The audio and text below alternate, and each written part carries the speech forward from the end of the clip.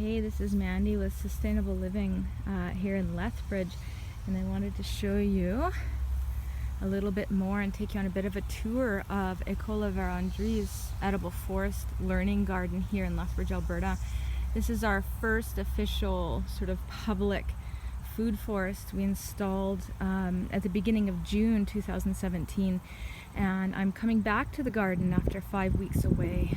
It's August 11th right now, and I just wanted to show you how lush this is. You can see some beautiful colored yarrow in there. We've got the clover again as a ground cover. There's some lamb's ear down at the bottom there. We've got some sort of local, more drought-resistant sages. Yeah, this jack pine looks like it's actually got some company now, so hopefully it'll do better. The raspberries have started to blossom. There's some gorgeous bee balm happening here. And what else do we have going on? The brown-eyed Susans are doing amazing. The cherry tree had already fruited before I left at the beginning of July. And you can see these gorgeous cone flowers and a bunch of alliums we planted. In this case, these are, I believe these are nodding alliums, nodding onions. Just lush with this ground cover. It's incredible. You can see the time that we've planted to establish as one of the ground covers as well is taken off and established. One of the most difficult things when we're dealing with perennials, especially when we're planting as late as what we did, is ensuring it gets enough moisture until it gets established, and it looks like that's done just phenomenally here. I'm totally blown away. You can see all of the chives that were planted there, and we weren't so certain when we planted them that they were going to survive, but it looks like they've done just swimmingly. We've got 3 sea buckthorn plants in this food forest that we're really excited about. It's been known to be called the citrus of the north because it does so well in these temperate climates. Actually, I think we have 4 of them. And these native prairie grasses that were originally here with the orchard space that was planted. And again, we have some more perennial flowers, some more yarrow, some bee balm.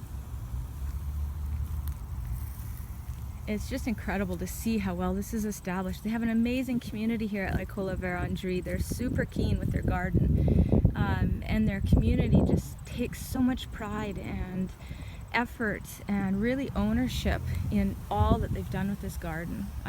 I'm just humbled to see every time they come together as a community how well they do. So you can see we're getting close here. We planted some currants, we planted some josta berries. This little guild here, we have some, I believe they're high bush cranberry bushes that were existing. And what we did was we took, we added, well, there's a bunch of perennials here that you can't really see because the clover is kind of taken over, but these 3 sort of taller bushes are honeyberries. And they're one of the first bushes to actually fruit in the springtime, and you get these gorgeous grape-colored fruit off of them, and they're really distinct, their flavor. They're quite amazing. And this is the existing apple tree, and you can see there's still some beautiful apples there ripening. We've given this apple tree some love in terms of forming it into a guild. We've got some rhubarb and yarrow, some lamb's ear, some honeyberries. And then over here you can see we've got some raspberries. It looks like the clover is actually getting taller than the rest of our perennials that we planted here, which is great because it's retaining moisture, it's building soil, increasing diversity, creating habitat for the biology that's here in the gardens. And what we did here, you can see there was an existing currant bushes and gooseberries, I believe, some high bush cranberries as well. And we outlined this guild with just some regular green beans to help fix nitrogen and just get the ground covered with something that was edible and usable. Oh, beautiful. Look at that. You can just see the color in the plants. There's the odd cabbage moth too by the looks of it. Everything is filled in beautifully. Wow. Amazing work, Ecole Verendrye. You guys should be proud of yourselves.